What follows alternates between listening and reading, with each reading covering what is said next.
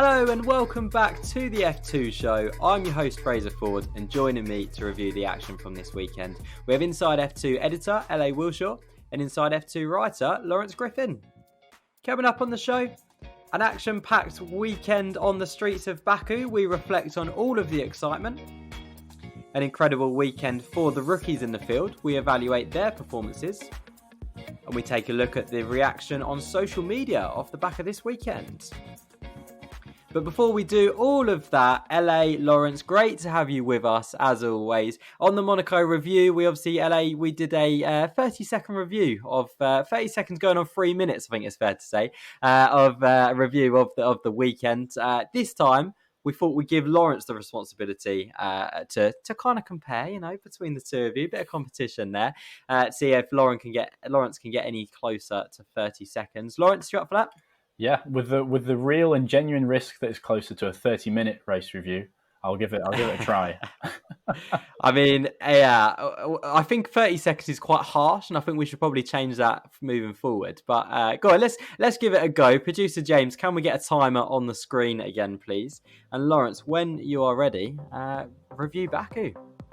Jehan Daruvala locks up and loses the sprint race, leaving the door wide open for Vesti to come through and win for the first time in Formula 2, while Vips takes pole in the qualifying session but spurns the win, becoming the latest victim of the castle section as the usual Baku chaos and safety cars ensued. Drogovic navigated his way through to another podium to extend his gap at the top of the championship, while Pourchaire had a quiet weekend and fell behind. Hey, that wasn't bad. That was not bad. LA, what'd you make of that? It fell short.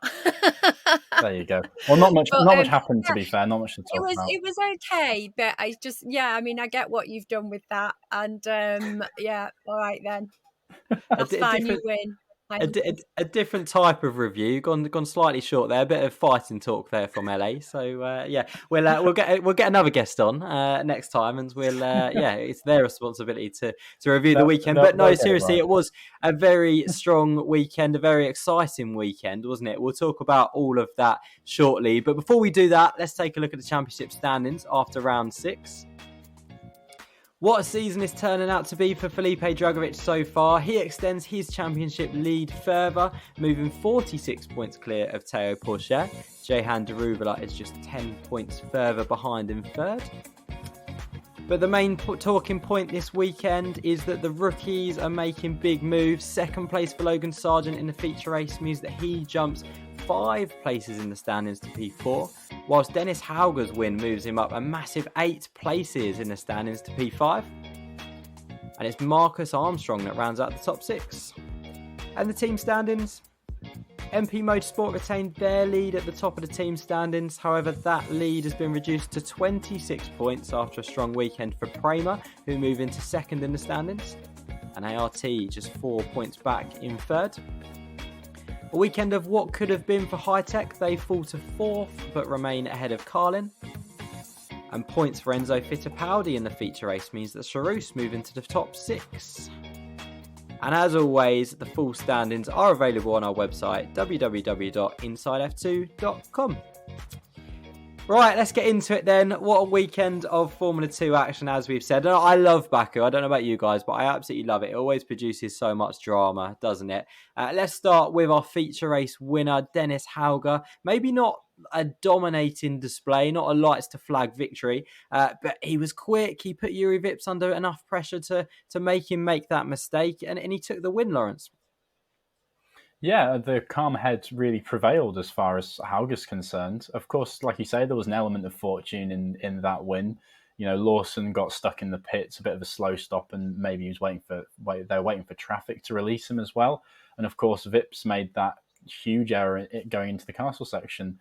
But you have to give Hauger credit for keeping it clean around such a narrow city track. And of course, he put pressure on Vips and he was pushing him hard, but Hauger himself was trying to push through that section as well, but he got that balance right and he didn't make any errors.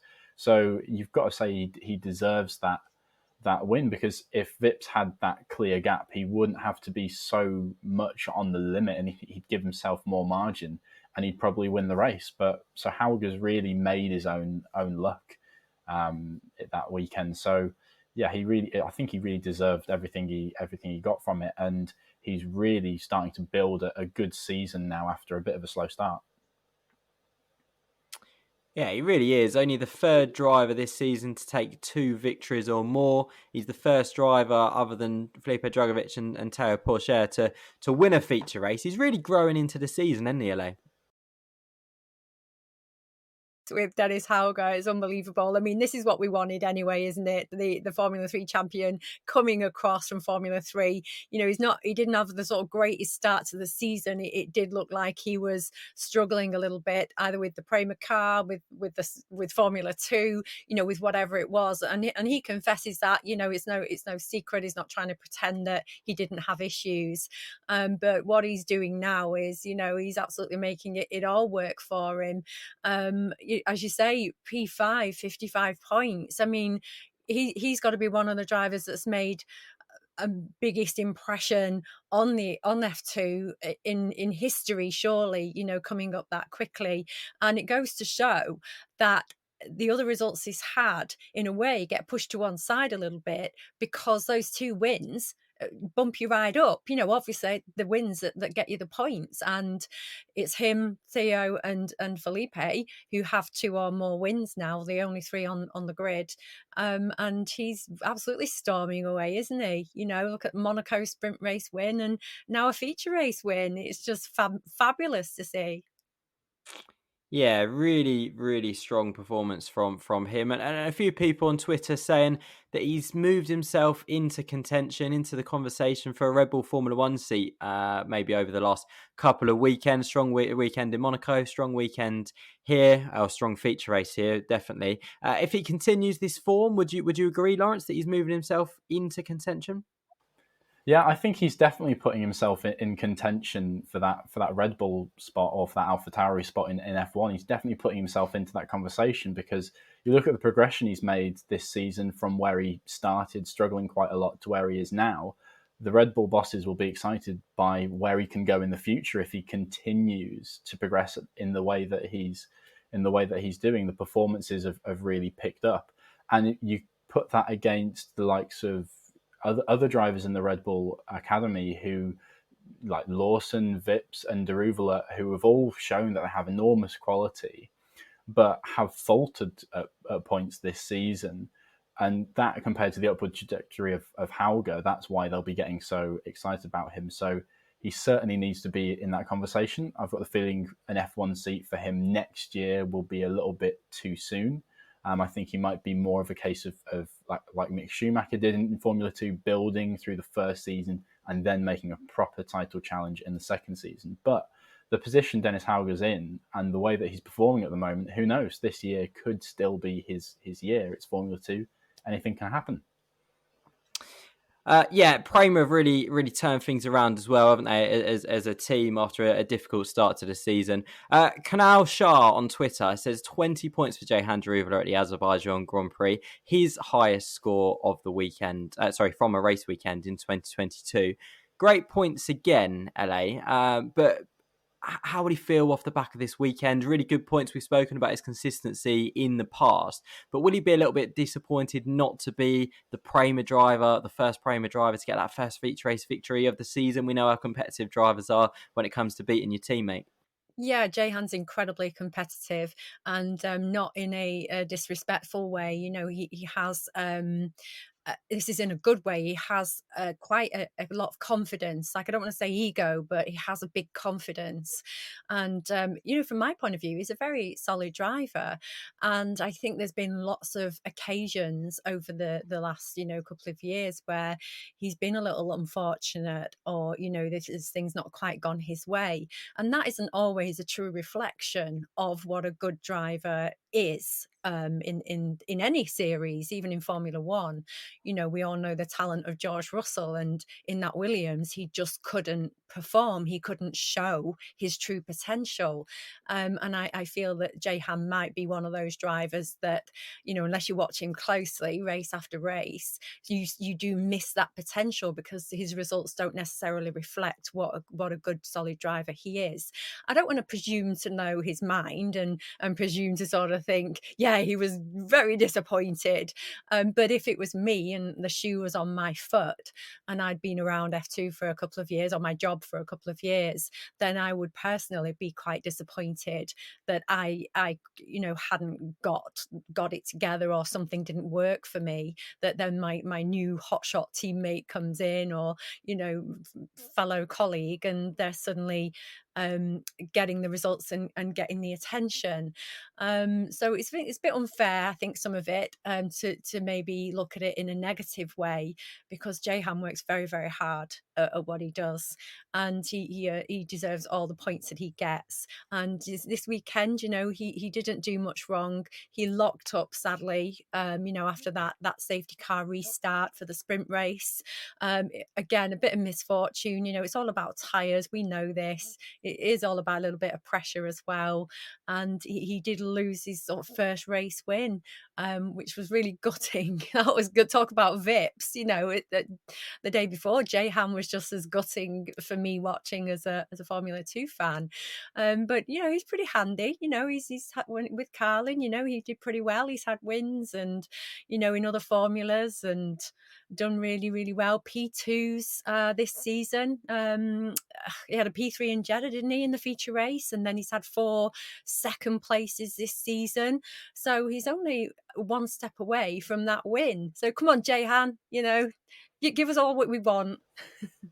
Yeah, absolutely. We're all big fans of Jehan Daruda, aren't we? Lawrence, should he have won the sprint race, if we're being super critical, if we're looking at him as a potential Formula One driver, should he have won that race?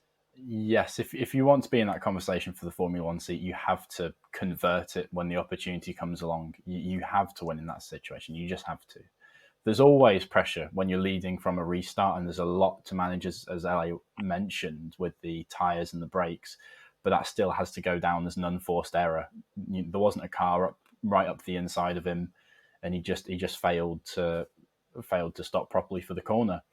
And that is, LA mentioned it, is quite a sort of damning statistic that he still hasn't won a race this year, and it's the 4th sprint race that he's finished second in. That last piece of the puzzle just hasn't been there so far, and that doesn't reflect well on him. That almost like, what is stopping him from making that final step and winning a race? And he's 3rd in the championship, remember, with his consistency, but he has Sargent and Hauger, that we've mentioned already, within 20 points at him. And at the rate at which those rookies are improving, I think it looks like they'll catch him. And so maybe something's just stopping him from getting to that level. But despite his position in the championship, I can't see him fighting for the title this year.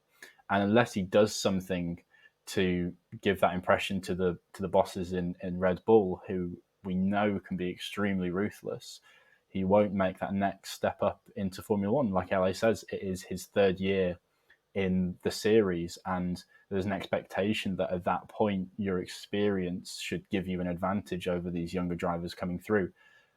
So I think overall, despite the good points haul that he got, he'll be a little bit disappointed with that weekend. Yeah, I kind of think that sometimes drivers they sort of get a free pass. It's the same in football. We're all sort of involved around football as a sport as well, aren't we? And I don't know if some drivers may get a free pass over others, because we still have to remember that Dennis made a big mistake as well, trying to overtake Poucher in the sprint race, and he pretty much pulled the same move. He couldn't brake properly, went straight into the wall, and his sprint race was over. And yet, because he got the win yesterday, we're having a completely different conversation about him because he won a race. So I do sometimes feel like a bit sorry and a bit of a shame, if someone doesn't get the wins, and they're sort of maybe criticised a little bit more. I don't know how you feel about how you think about that, about people having a free pass, sometimes.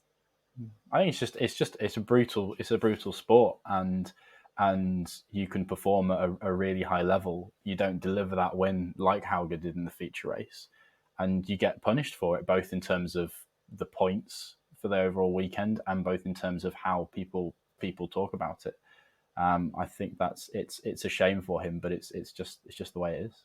It is brutal, as you say, Lawrence, especially when you got Helmut Marko as your boss. But as you say, LA, he's third place in the standings, 73 points. He's ahead of Hauger, he's ahead of Vips, and he's ahead of Lawson. No matter if they're improving or not, and he's getting the job done at the moment. We just, I think, all of us, as we say, we're big fans of Jehan, and we just hope that he can take it to that next level and get a race win under his belt. Okay, let's talk about Yuri Vips. Oh, Yuri. Oh my goodness. Your heart goes out for the poor guy, doesn't it, Lawrence? But, and again, this is brutal, and I don't like being brutal about drivers, but it is a brutal sport, as you say. Is it time that we stop labelling this as bad luck for Yuri Vips and start saying that he needs to cut out the mistakes if he's to be taken serious about a Formula One seat?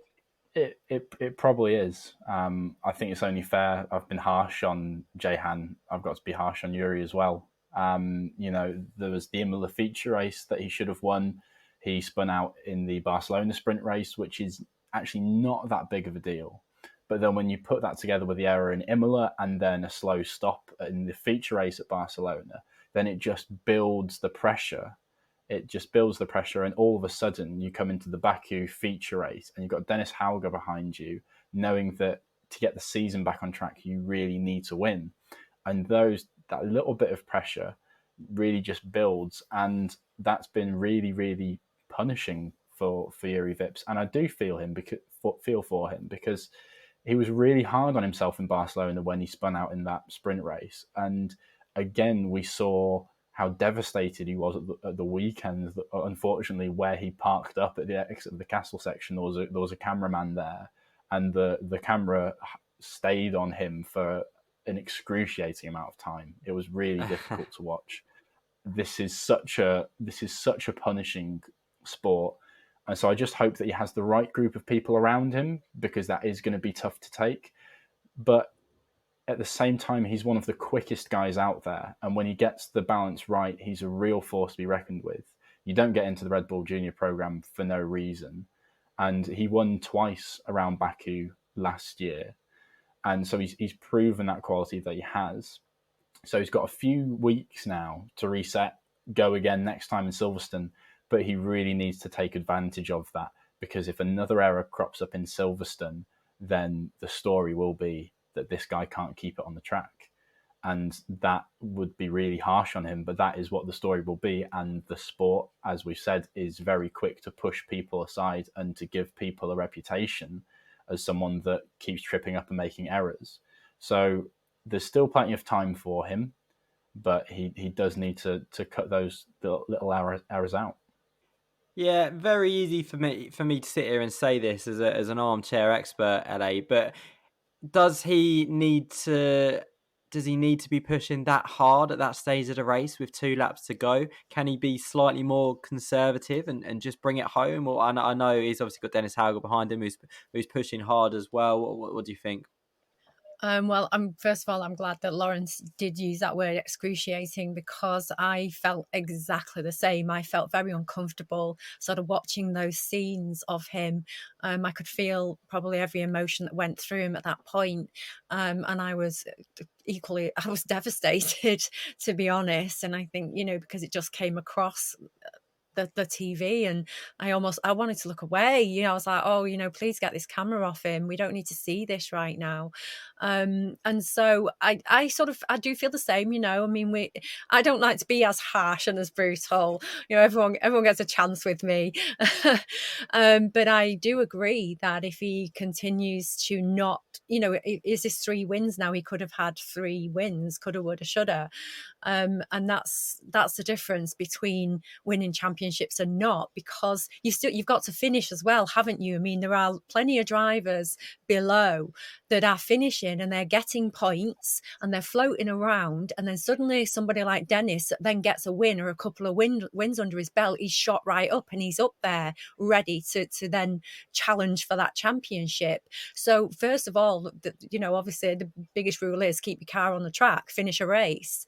And all the powers that be are at Red Bull are watching all of these drivers, because they don't want to put anybody in their machine, their very expensive machine, on a circuit that is going to be crashing it and taking it off and costing them a lot of money, when there are all these cost caps and these money caps coming in. That has to be taken into consideration as well. And of course, we're preaching to the converted, regarding, we don't know if any drivers watch this or not, but and if any of them are watching, they already know this. They don't need us amateur, like you say, armchair experts to tell them. But I just think that, lap after lap, Dennis said that he noticed that his margins were changing on every lap, and that's why he kept up with him, and that's why he kept the pressure up, because he sort of could see that he wasn't being exact on each lap, and Dennis felt that he would make a mistake. So if Dennis felt it, what was he? Could Yuri not feel it? Could he not? I don't know that the answer to that whatsoever. It's just me, sitting here, like you say, armchair experts, and I absolutely hated saying that. I don't even know why I said that. I'm so sorry, and I'm sorry, Yuri. I'm gutted, absolutely gutted. But I thought that I was so excited. I thought that'd be another win for him. And just needs to. You said, one of you said, I can't remember which one, Lawrence, maybe, you hope he's got some good people around him, just to sort of have a word and say, let's go reset, refocus, but we're lucky, because it is sort of I know he's Estonian, but it's the home race, Milton Keynes, it's Silverstone, right next to where, he's based with Red Bull and based with High Tech. And he's coming home for the next race. So come on, Yuri, get your head sorted out. Let's get a win. Yeah, absolutely. I think we're all hoping that he can bounce back. And you're only as good as your last race in Formula 2, aren't you? So if he goes and wins a feature race in Silverstone, then we all forget about it. And we all talk about how brilliant Yuri Vips is. So fingers crossed for him. Let's talk about our sprint race winner then, Frederik Vesti. And I mean, what a drive. What a drive. He took advantage of the mistake of Jehan Daruvala, as we said. And he's really starting to come into his own as well, isn't he, LA? Yeah, I mean, he said, it must have been obviously at the end of the race, he said, when I signed my Formula 2 contract with ART, I was looking forward to Baku. Baku was the race I wanted to drive in. And he must have just have had the sixth sense about this. He must have known he was going to get that win.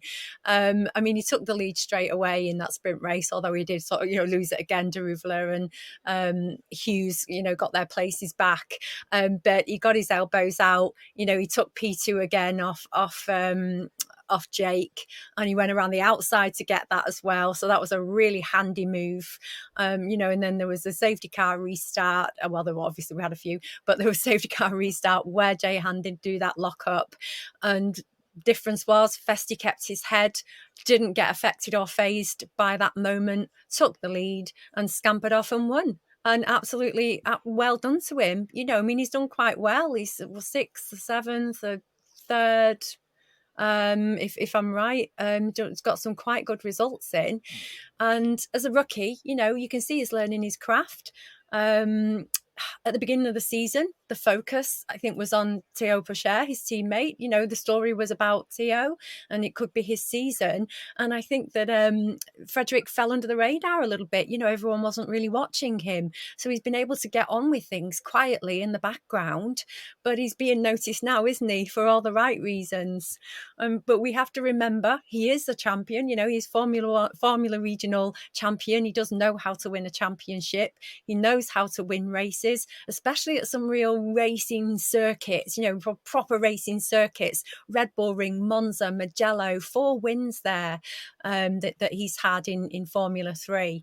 So he knows how to win the races. He knows how to win a championship. He's got an incredible little team around him. He's got a fantastic trainer, John Noonan, who's a friend of Inside F2. So he's got the right people. Not all drivers have a full-time performance coach at the circuit. And I feel that sometimes you can kind of see the difference with the drivers that do have someone there the whole time and that are constantly working away with them. So Frederik Vesti, he's doing everything he should be doing in this formula this year. not only a sprint race win, Lawrence, but also in the feature race. I know he stalled on the grid for the feature race, but they managed to come from the back of the grid all the way through to P7. Mega drive. I suppose the question is, and this probably will be the most important question on the podcast, to be fair, is the second ART seat curse over? Or have Teo Pourchaire and Frederick Vesti, have they swapped seats for the last couple of weekends? What's happened, Lawrence? Why is Vesti doing so well and Pourchaire struggling a little bit? Well, I think, and I certainly hope, that curse is over now. I think the way, as Ali said, that Vesti has been performing has been really brilliant. Equally, at the same time, Teo Pourchaire hasn't quite been at that same level over the weekend at Baku. So perhaps they have swapped seats, or the curse has migrated into the other seat. Who knows? But I think any notion of a curse at ART has certainly changed. And when you look at how lots of the rookies have done so far this season, and they've built up, as we've mentioned already, with Dennis Hauger, then I think he's there now. He's ready to compete at the front consistently. And what could have been if he hadn't stalled at the start? How far up the field could he get? We saw it with Lawson in the sprint race, who gained 7 positions in 1 lap. Felipe Drugovich made it all the way to the podium after a difficult opening lap. There is the ability to recover and move up around this circuit. So, yeah, a really good performance from Vesti, and I think all is well at ART, and they can start. They've only got a tiny gap now to Prema, and if those 2 teams have 2 drivers that are consistently fighting at the front, then that will always make Formula 2 rather entertaining. I'm not having it until ART get a 1-2. Then I think the curse is still there. But let's wait and see. Logan Sargent, Lawrence, we're going to stick with you. Mega weekend, P2 in the feature race, P6 in the sprint race, and he could easily have had a double podium this weekend, couldn't he? But yeah, real, improvement, and he's having a really quietly strong season, and he pushes himself into P4 in the standings. He really is, and like you say, somehow quietly good season that he's been at such a level of consistency. Yet he hasn't got that win yet. So he's still looking for that. But the performances have been there, and he's building and he's building. And I don't really think that going into the season, people were expecting that of all the rookies in the field that he would be up at the front of that pack. So he's really done well, and he's proved why he's in the position that he is. And it was another good performance. He was another driver around Baku who, especially for a young driver, did really well to balance the aggression when you needed it to make moves with backing out of it and coming through the race cleanly. To navigate a race like that with with both races, with safety cars and restarts, we had some very slow restarts where the whole field concertinas together, and that created incidents, and there was stuff going on left, right, and centre. And even experienced drivers like Teo Pourchaire was caught out by one of the restarts. So to do all that and to come out with the result is really impressive from him. And so if he's at this point now, where can he go in the future? So things are very much looking bright for Logan Sargent. Yeah, I mean, Hauger, Sargent and Vesti all having strong weekends. It was a really strong weekend for the rookies, wasn't it? So good for them. And I can't believe we've gone this long into the podcast about speaking about our championship leader, Felipe Drugovich. But it shows how much action there was this weekend, doesn't it? Not an electric weekend by Felipe Drugovich's standards, but another podium, his 6th of the season. And the boy from Brazil is doing everything that he needs to do, isn't he, LA? Yeah, absolutely. I mean, nearly 50 points now ahead of Pourchaire. No, it's Formula 2. We all know that, those points are actually quite easy to claw back. But if you are in a race or race weekend where you're not really expecting to perform like he didn't this weekend, then and you're still getting results like this, then that is the way that you're going to win a championship. He's now on 4 wins, and again, that's what's going to win a championship. He qualified in 5th. They weren't resigned to the weekend, but Felipe had said that they'd been looking at the data from the previous year. They knew the car, sort of didn't suit this circuit that particularly well. So he used the word conservative, in his interviews, and said that that's how they sort of went into the weekend, quite conservatively, just trying to stay out of trouble. And if you do look at it, if you qualify around that sort of maybe around the P5 to P10 area on a street circuit, that's potentially one of the worst places to qualify, isn't it? Because it's sort of right in that middle of that bunch there. So for him, it was a real surprise. He started in the middle of the pack, both races, finished P5 in the sprint race, and obviously finished on the podium in the feature race. Did I say that the right way around? Feature race.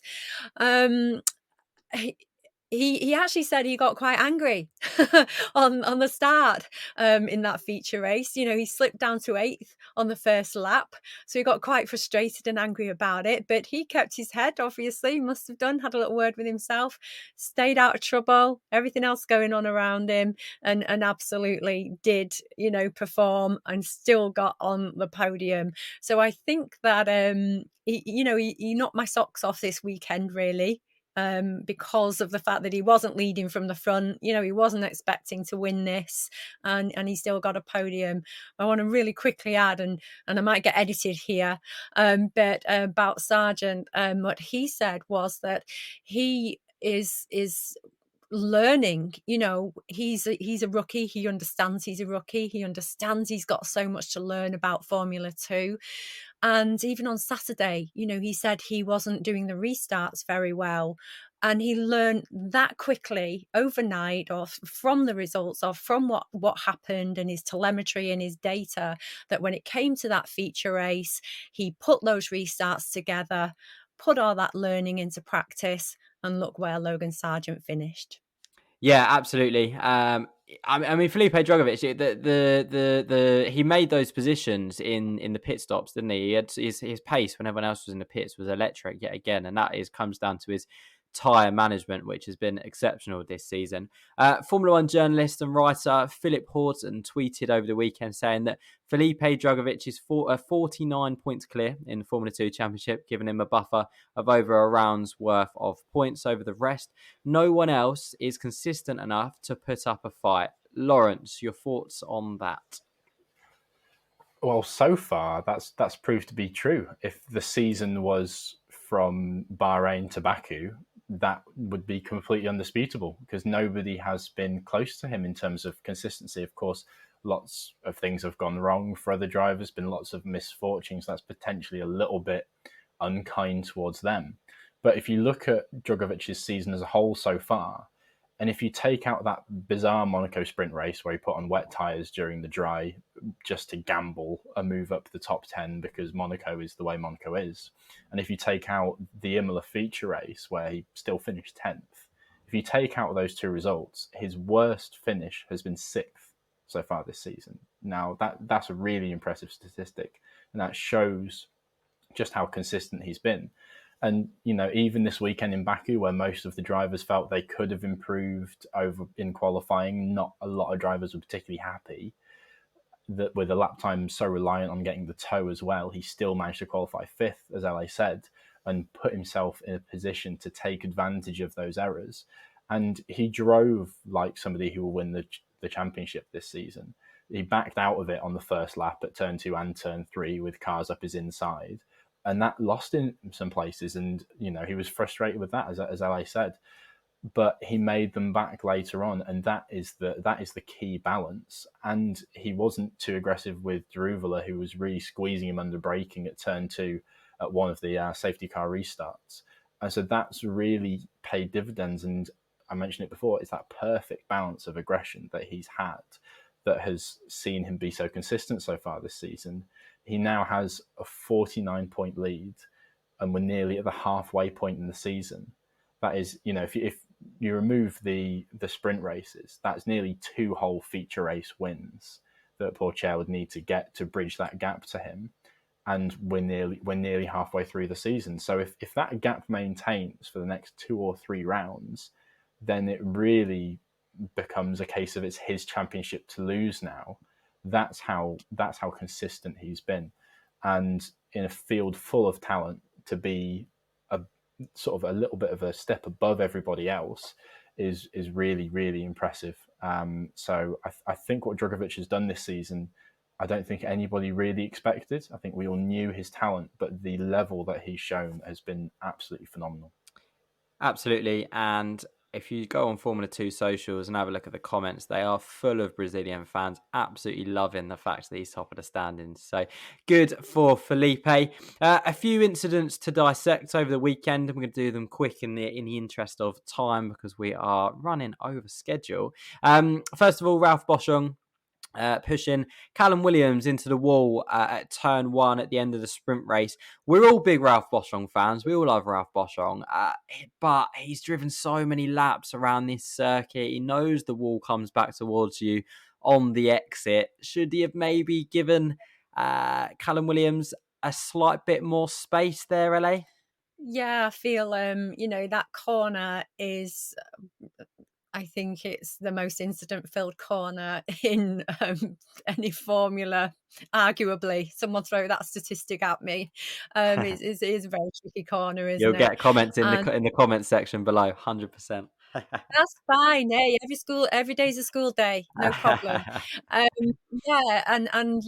do feel that I don't feel that you need to give way and open up doors for everybody and take your foot off the gas. By no means do I think that.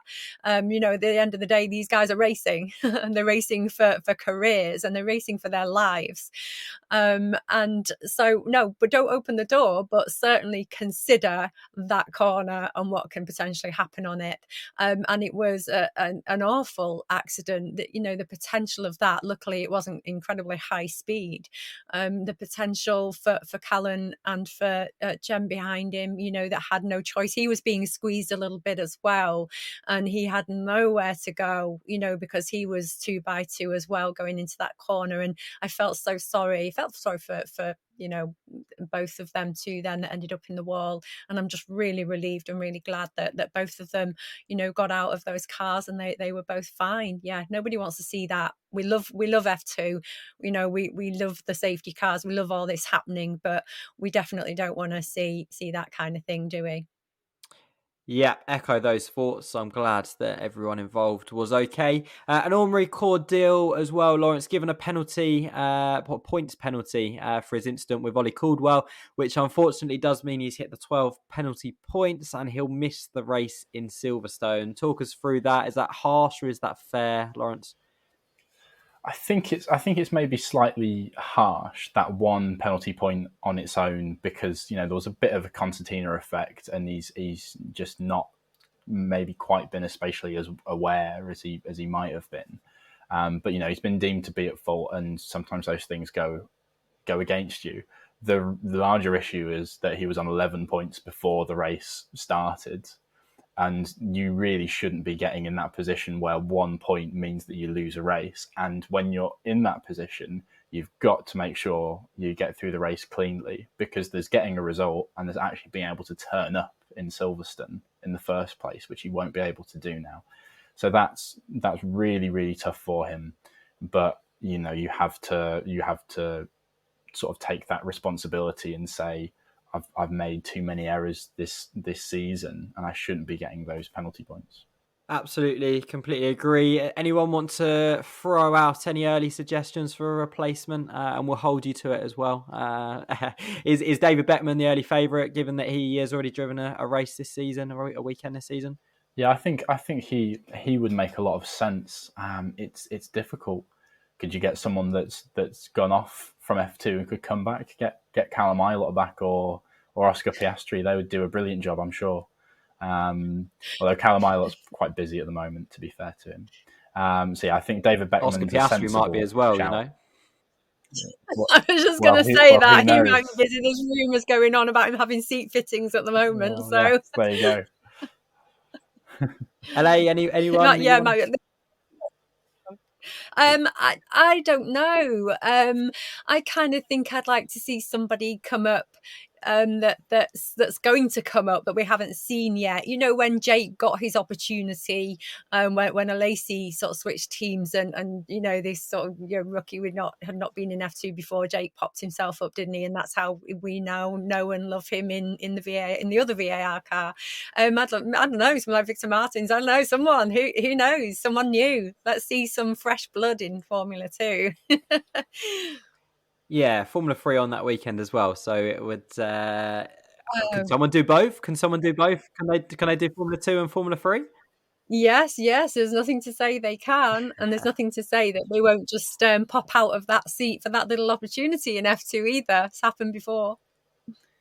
Absolutely. Let's wait and see. Okay, that's all we have time for today. My thanks to LA and my thanks to Lawrence as well for joining me on today's show. And thank you to you guys at home as well for watching. If you've enjoyed the show, make sure you give us a like, subscribe for more Formula 2 content. Let us know what you thought in the comments. Hashtag the F2 show if you want to get involved in the conversation on social media. But from me, Fraser Ford, and all of us here at Inside F2, we'll see you next time.